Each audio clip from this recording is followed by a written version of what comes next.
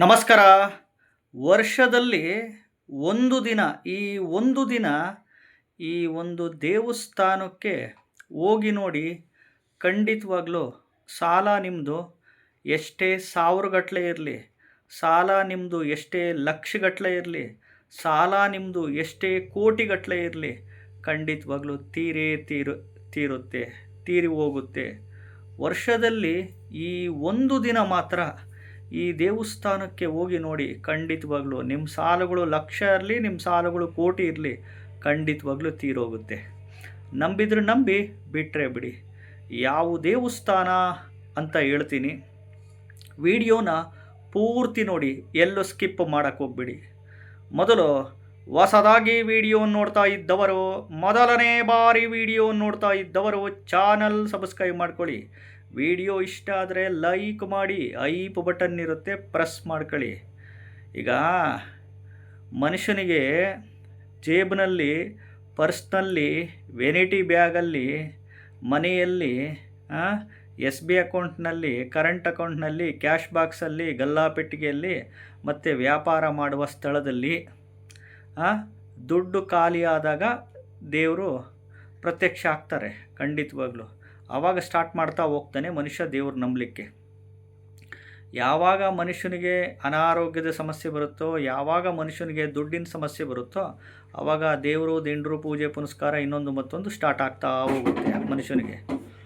ಇವಾಗ ಎಸ್ಪೆಷಲಿ ಈ ವರ್ಷದಲ್ಲಿ ಈ ಒಂದು ದಿನ ಈ ದೇವಸ್ಥಾನಕ್ಕೆ ಹೋಗಿ ನೋಡಿ.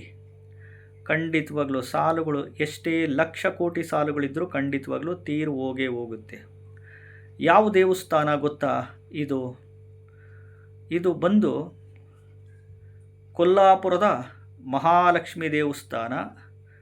ಎರಡನೇದು ಬಂದು ತುಮಕೂರು ಜಿಲ್ಲೆ ಕೊರಟಗೆರೆ ತಾಲೂಕು, ಕೊರಟಗೆರೆಯಿಂದ ಒಂದು 12 ಕಿಲೋಮೀಟ್ರ್ 15 ಕಿಲೋಮೀಟ್ರ್ ದೂರದಲ್ಲಿ ಬರುತ್ತೆ ಶ್ರೀ ಗುರವನಹಳ್ಳಿ ಮಹಾಲಕ್ಷ್ಮಿ ದೇವಸ್ಥಾನ.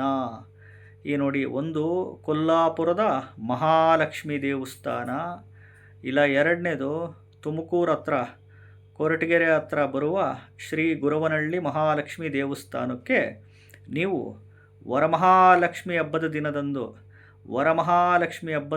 ದಿನದಂದು ಹೋಗಿ ಅಲ್ಲಿ ನೀವು ಮಹಾಲಕ್ಷ್ಮಿ ಮುಂದೆ ಕೂತ್ಕೊಂಡು ಪ್ರಾರ್ಥನೆ ಮಾಡ್ತಾ ನೀವು ಈ ಒಂದು ಕನಕದಾರ ಸ್ತೋತ್ರನ 8 ಬಾರಿ, ಕನಕದಾರ ಸ್ತೋತ್ರ ಬುಕ್ ಸಿಗುತ್ತೆ, ಕನಕದಾರ ಸ್ತೋತ್ರ ತಗೊಂಡು ಮಹಾಲಕ್ಷ್ಮಿ ದೇವಸ್ಥಾನದಲ್ಲಿ ಮಹಾಲಕ್ಷ್ಮಿ ಮುಂದೆ ಕೂತ್ಕೊಂಡು ಪ್ರಾರ್ಥನೆ ಮಾಡುತ್ತಾ ಕನಕದಾರ ಸ್ತೋತ್ರನ 8 ಬಾರಿ ಪಠಣೆ ಮಾಡಿ ನಮಸ್ಕಾರ ಮಾಡಿಕೊಂಡು ಬನ್ನಿ. ಖಂಡಿತವಾಗ್ಲೂ ಸಾಲ ಲಕ್ಷ ಇರಲಿ, ಸಾಲ ಕೋಟಿ ಇರಲಿ, ಖಂಡಿತವಾಗ್ಲೂ ತೀರುತ್ತೆ. ತಾಯಿ ಮಹಾಲಕ್ಷ್ಮಿನ ಬೇಡ್ಕೊಳ್ಳಿ. ಕಷ್ಟ ಬಂದಾಗ ದೇವ್ರ ಹತ್ರನೇ ಹೋಗಬೇಕು. ಕಲಿಯುಗದಲ್ಲಿ ದುಡ್ಡು ಕೊಡೋ ದೇವ್ರು ಯಾರು? ಲಕ್ಷ್ಮೀನಾರಾಯಣ.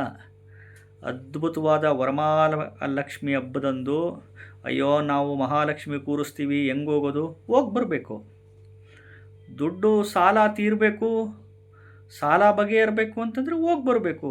ದೇವರಿಗೆ ಡಿಮ್ಯಾಂಡ್ ಮಾಡಿ ಮಹಾಲಕ್ಷ್ಮಿ ಕೇಳಬೇಕು. ಅಂಥ ಟೈಮಲ್ಲಿ ವರಮಹಾಲಕ್ಷ್ಮಿ ಹಬ್ಬದ ದಿನ ತಾಯಿಗೆ ಹೋಗಿ ಡಿಮ್ಯಾಂಡ್ ಮಾಡಿ ಕೇಳಬೇಕು.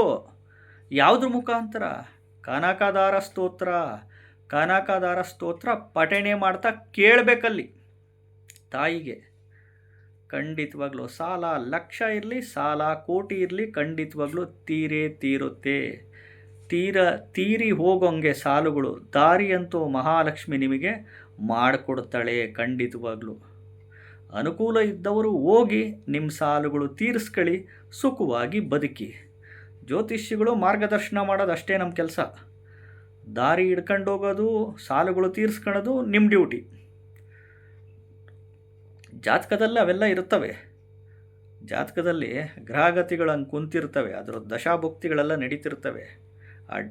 ಇಷ್ಟಿಷ್ಟು ಡಿಗ್ರಿ ವೈಸು ಇದು ಅಂತ ಮಾಡ್ಕೊಳ್ಳಿ. ಹೋಗಿ ಕೇಳ್ಕೊಳ್ಳಿ, ಮಹಾಲಕ್ಷ್ಮಿನ ಬೇಡ್ಕೊಳ್ಳಿ. ಸಾಲ ಲಕ್ಷ ಇರಲಿ, ಸಾಲ ಕೋಟಿ ಇರಲಿ, ಖಂಡಿತವಾಗ್ಲೂ ತೀರಿ ಹೋಗುತ್ತೆ. ಚಾನಲ್ನ ಸಬ್ಸ್ಕ್ರೈಬ್ ಮಾಡ್ಕೊಳ್ಳಿ, ವಿಡಿಯೋನ ಲೈಕ್ ಮಾಡಿ, ಐಪ್ ಬಟನ್ ಇರುತ್ತೆ, ಪ್ರೆಸ್ ಮಾಡ್ಕೊಳ್ಳಿ, ಶೇರ್ ಮಾಡ್ಕೊಳ್ಳಿ. ನಮಸ್ಕಾರ.